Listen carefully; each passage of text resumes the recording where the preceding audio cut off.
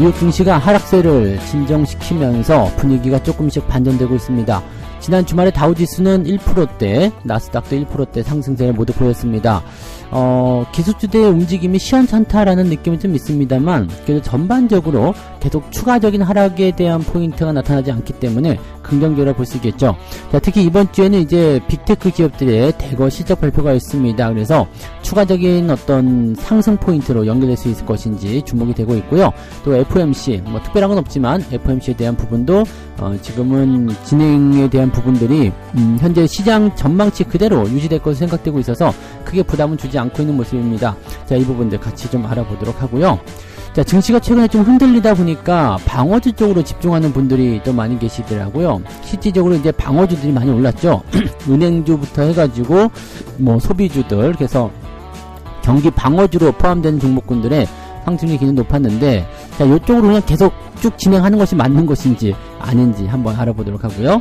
자, 금융주들의 상반기 이익이 무려 11조 원이 된다고 합니다. 이거 5대 금융지주 합쳐서인데, 예전에는 4대 금융지주였는데, 지금 5대 금융지주로 좀 바꿔서 운영을 하더라고요. 그래서 NH, 네, 이쪽이 좀 들어갔다고, NH 농협이 이쪽으로 들어가서, 아무튼 뭐 금융주도 실적이 좋은데, 이 부분들이 이제 밸류업에 대한 이런 공시, 기대감을 타고서 더 크게 올라가고 있습니다. 금융주도 어떻게 봐야 되는지 알아보도록 합니다.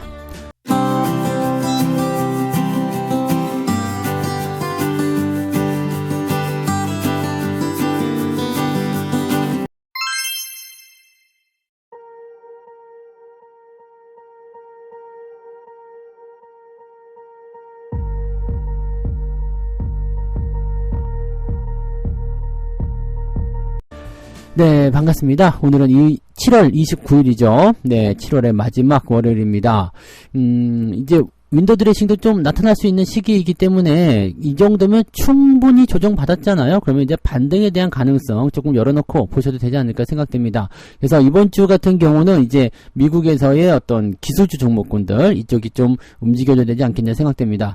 자, 그동안 이제 AI 강세장을 주도해온 M7, 네, 매그니피센트 이 세븐이었던 이 종목들이 최근에는 다르게 불린다고 합니다. M7인데 비참한이라는, 네, 미저레이블, 네, 미저레이블 7 이렇게 됐다고 하는, 야, 이 미저리가 그거 아니야, 미저리 7이네요. 공포스럽다.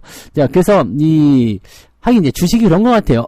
올라갈 때는 아이고 이쁜 내 새끼 그러다가 떨어지면 이런 네 그 XX 같은 놈의 새끼 그냥 나가 죽어라 막 이렇게 네 해버리고, 요즘에 이제 그 서학개미들이 엔비디아를 그렇게 많이 팔고 있다면서요. 네, 그런 부분들이 네 다 포함이 된다고 보시면 되겠습니다. 자, 어제까지만 하더라도 아름다운이었는데, 네, 왠지 그런 거 아니에요? 어제 밤까지만 해도 굉장히 예뻤는데 네 아침에 딱 보니까 쌩얼, 네, 뭐 이런 느낌인가요? 네, 아무튼 미저레이블이라고 불리고 있다. 자, AI 투자 과열, 그 다음에 주가가 너무 올랐다라는 고평가 논란, 이 고평가에 대한 우려감이 가장 크지 않았을까 싶습니다. 이 미국 정부에서도 계속적으로 얘기하고 있었던 것이 이제 이 기술주들의 단기 급등, 네, 주가 너무 올랐다, 고평가, 이것을 반드시 해소하겠다, 이런 식으로 얘기를 했었기 때문에 여기에서의 어떤 투매가 좀 일어났었던 것이 아닐까 판단되고요. 자, 그러다 보니까 기업들이 실적이 좋게 나와도 뭐 그냥 시원찮은 그런 모습 좀 보여줬죠. 실제적으로 보면은 네, 뭐 테슬라 같은 경우는 실적이 안 좋을 수밖에 없었겠죠. 네, 2분기 실적도 별로 좋지 않았고 뭐 그런 모습에다가 이제 로보택시 공개 일정도 뒤로 미루면서 이제 전체적으로는 이제 실망감을 많이 안겨줬다라고 볼 수가 있었겠죠. 그래서 주가가 뭐 10% 넘게 하락하는 그런 주간도 그런 날도 있었는데, 아무튼 뭐 지난 한 주간의 테슬라 주가는 상당히 많이 떨어져서 8% 넘게 하락세를 보였다. 그러니까 단기적으로 막 올라왔 던 부분들에 바로 그냥 네, 뒤통수를 쳐버린 그런 느낌이겠죠. 자, 근데 테슬라는 실적이 나쁘니까 그래서 치는데 실제로 이제 다른 기업들은 나쁘지 않았거든요. 알파벳은 시장 예상치를 조금 상회하는 그런 실적을 발표했는데, 그럼에도 불구하고 주가 떨어졌어요. 그러니까 투자자들이 이제는 선방하는 정도, 그러니까 실적이 예상치보다 조금 좋아지는 그런 정도의 느낌으로는 만족하지 않는다, 이렇게 얘기를 하는 거죠. 이걸 뭐라 그래요? 우리가 전문용어로 배가 불렀다라고 하죠. 네, 배가 내가 불렀다. 네, 실적 전망치는요, 실적은 계속해서 뭐 큰 폭으로 상승할 수가 없습니다. 이게 왜 그러냐면, 자, 1에서 2로 성장할 때는 100% 올랐잖아요. 근데 2에서 3으로 똑같이 101만큼 성장했는데도 불구하고 성장률은 50%로 떨어지거든요.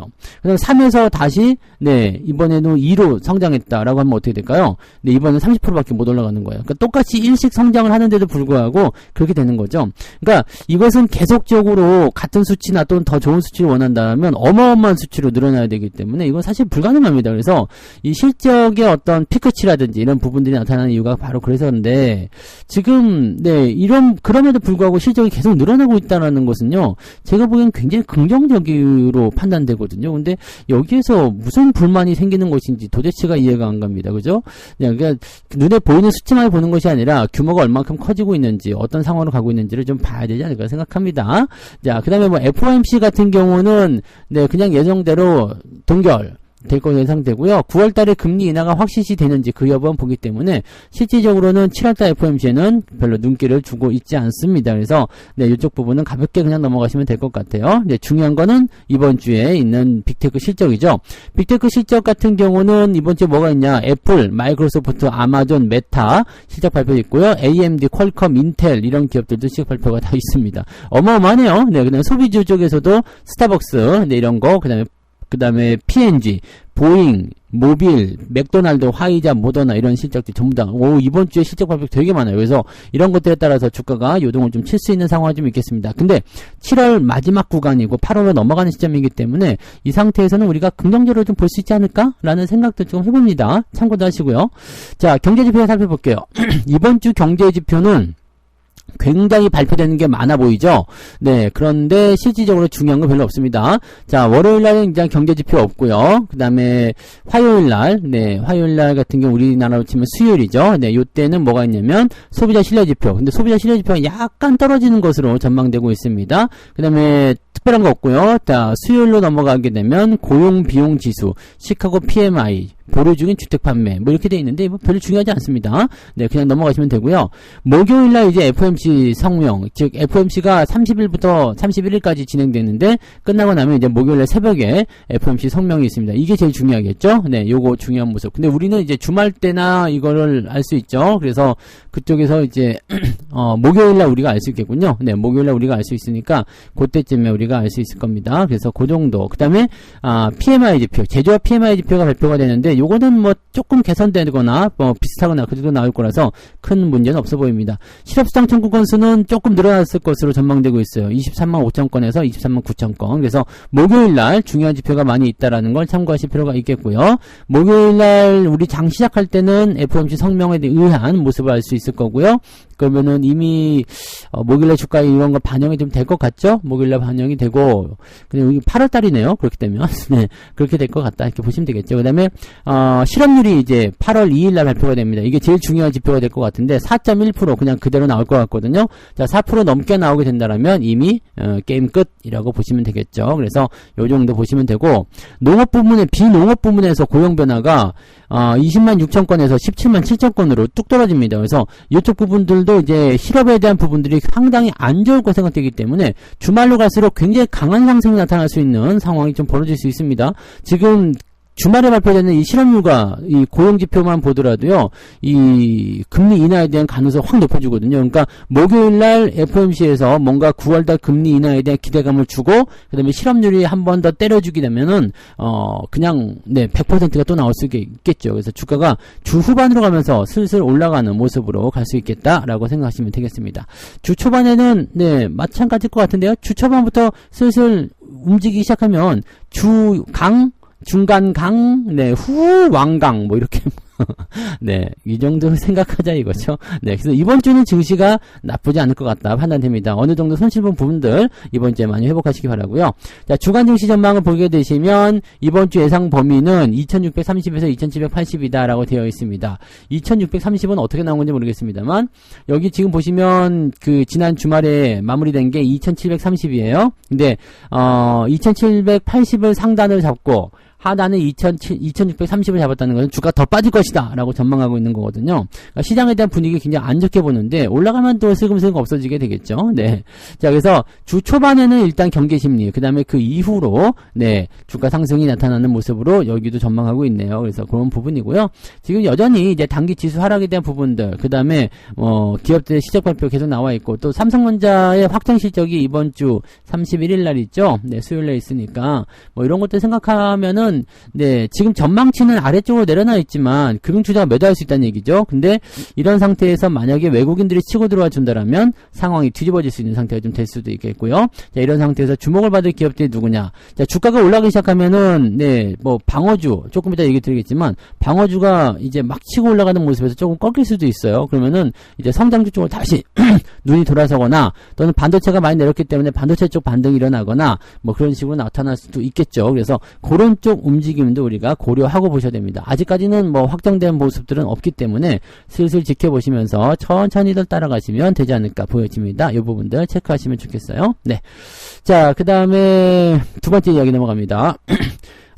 휘청이는 증시에서 빛난 소비재와 은행주, 통신, 뭐 이런 것들. 네, 일단 뭐라고 그럴까요? 경기 방어주죠? 네, 얘네들이 대표적인 경기 방어주고요. 화장품, 담배, 식료품, 이런 부분들은, 경기 하강 국면에서, 네, 방어적인 특성을 갖는다. 상승에 대한 부분들도 적어요. 대신에, 하락에 대한 포인트도 굉장히 적죠. 방어주의 특징은 그거예요. 변동성이 작다라는 거. 그래서 그런 부분들 때문에 하락장에서 안정적으로 투자를 이어갈 수 있는 상태가 될 수 있다. 이런 식으로 생각해 보시면 된다는 얘기고요.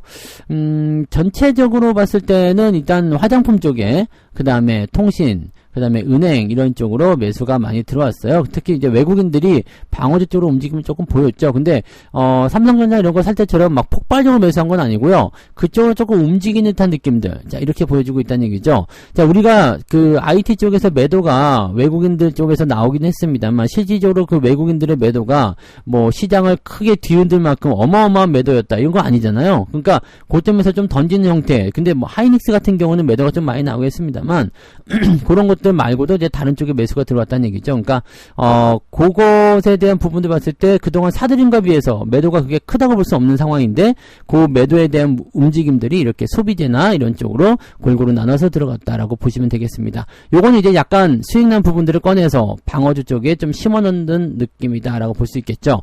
자, 일단은 불안 요소는 미국 대선 불확실성.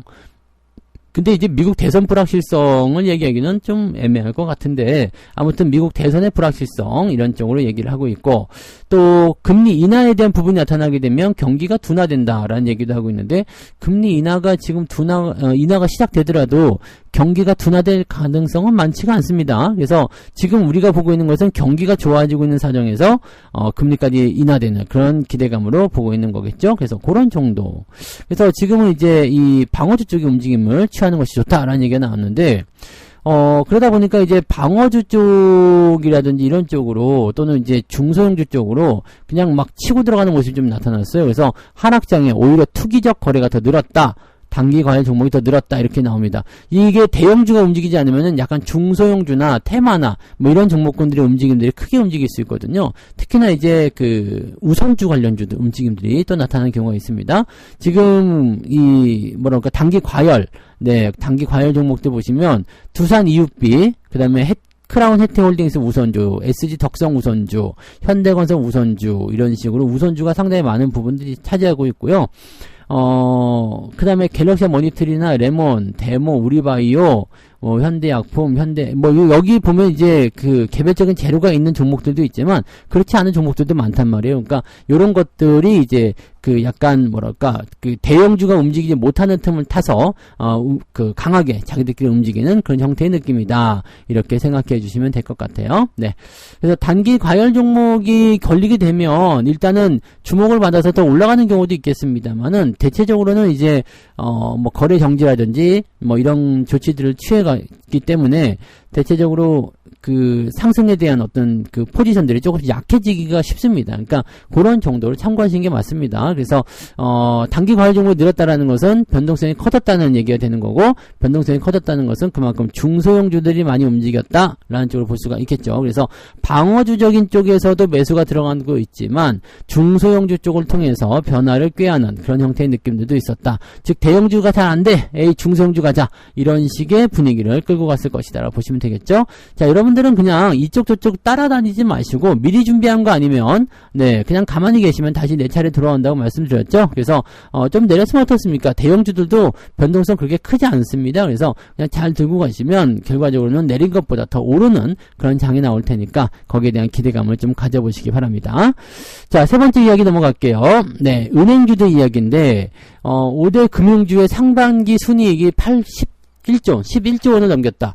자, 근데 예전에는 이제 4대 금융지주만 해가지고 얘기가 좀 나왔었거든요. 그래서 4대 금융지주가 뭐 수익이익이 몇 조다 해가지고 이렇게 나왔었는데, 지금은 이제 5대 금융지주로 NH 농협금융을 같이 집어넣었어요. 그래서 순이익이 일단 사상 최대치다라고 얘기가 나와서 실적적인 부분이 굉장히 좋구나라는 것을 의미를 좀 해볼 수는 있을 것 같습니다. KB, 신한, 하나, 우리, NH 농협 이런 식으로 해서 5개 5대 금융이 됐어요. 옛날에는 농협이 빠져가지고 KB, 신한, 하나, 우리 이렇게만 4대 금융이었거든요. 근데 이제는 5대 금융으로 부릅니다. 왜냐면 NH 농협금융도 순이익이 굉장히 좋아졌거든요.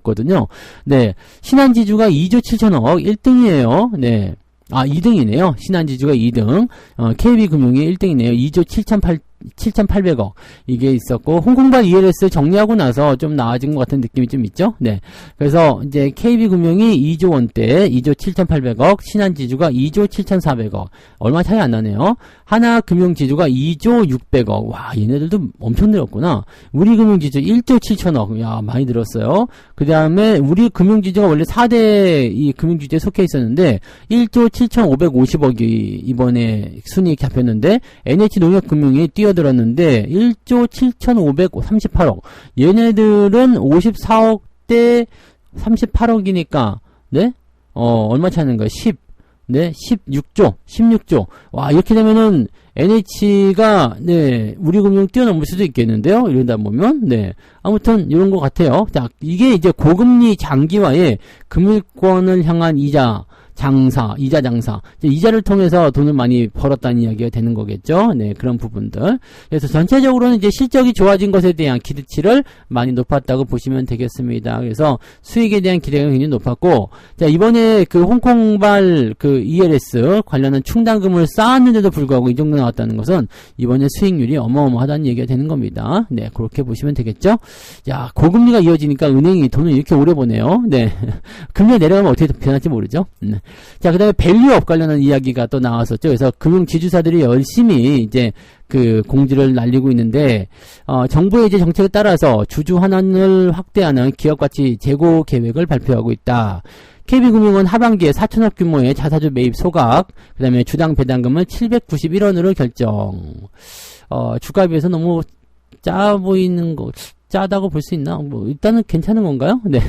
아무튼, 자사주의 어떤 매입과 소각이 같이 일어나게 되면서 진행되는 건 나쁘진 않겠죠? 현대차도 빨리 이런 걸 해줘야 되는데, 네. 어쨌든, 매입 소각과 그 다음에 배당금까지 같이 올린다라는 것은 괜찮은 이야기가 되겠죠. 네. 신한금융 같은 경우도, 네. 2027년도까지 ROE 10%와 주주 환원을 50%, 자사주 매입 소각을 위해서 주식수를 5억 주 미만으로 줄이겠다.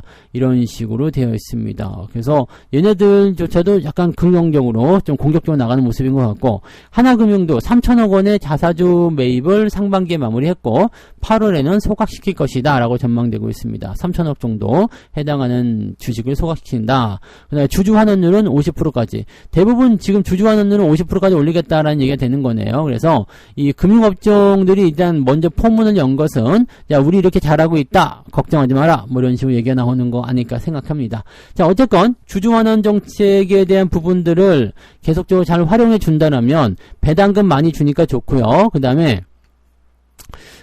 또 이제 어떤 그 기대감, 네, 배당을 받을 때는 사람들이 또 종목들을 사랑한단 말이에요. 그러니까 그런 식으로 네 하다 보면은 괜찮을 수도 있다는 얘기가 되는 거죠. 그래서 지금 은행주들에 대한 움직임들이 계속 우상향을 보이고 있는데 저는 이게 금리 인하가 확정되는 그 시점부터는 조금 달라질 수 있지 않을까 생각되긴 합니다만, 자, 아무튼 지금은 잘 가고 있으니까 홀딩들 잘 유지하시고 그렇게 보시면 될 것 같습니다.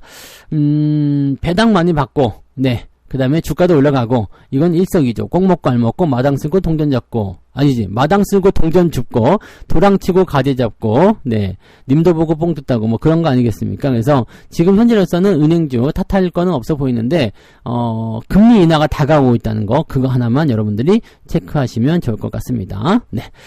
자, 이렇게 해서 오늘 세 가지 이야기 전달해 드렸네요. 빅테크 실적과 FOMC. FOMC는 뭐 정해진 거기 때문에 크게 중요한 건 아니고, 빅테크 실적이 사상, 이제 지금 현재 시점에서는 굉장히 중요하다라고 보시면 되겠고, 이 부분을 통해서 주가가 서서히 반등할 것인지, 또 경제지표상에서 주 후반에 좋은 재료들이 몰려있기 때문에 그 부분을 가지고 우리가 승부수를 좀 걸어보면 되겠다. 이 얘기 해드렸고요.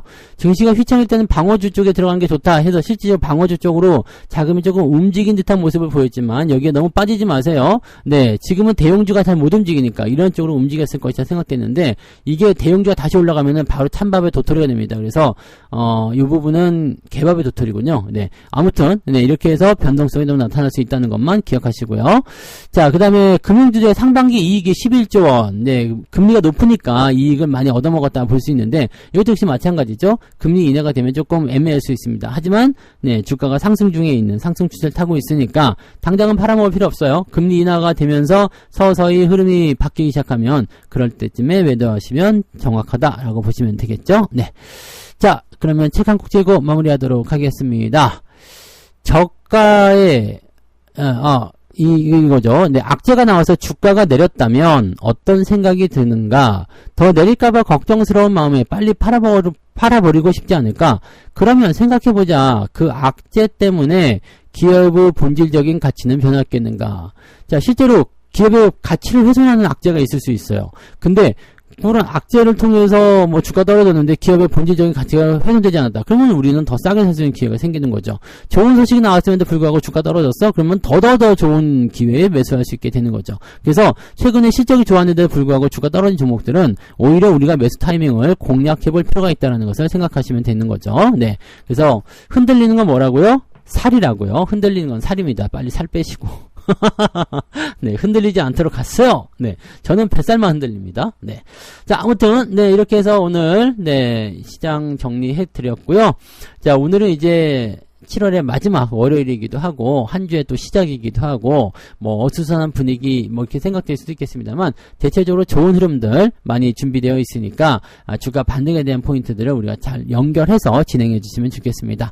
자, 조금 있다가 9시에 무료 방송 진행되니까 9시에 또 무방에서 뵙도록 하겠습니다. 오늘도 파이팅 하시고요. 조금 이따 만나요. 고맙습니다. 본 방송에서 제공되는 모든 정보는 투자 판단의 참고 자료이며 투자의 최종 책임은 본 방송을 이용하는 본인에게 있습니다.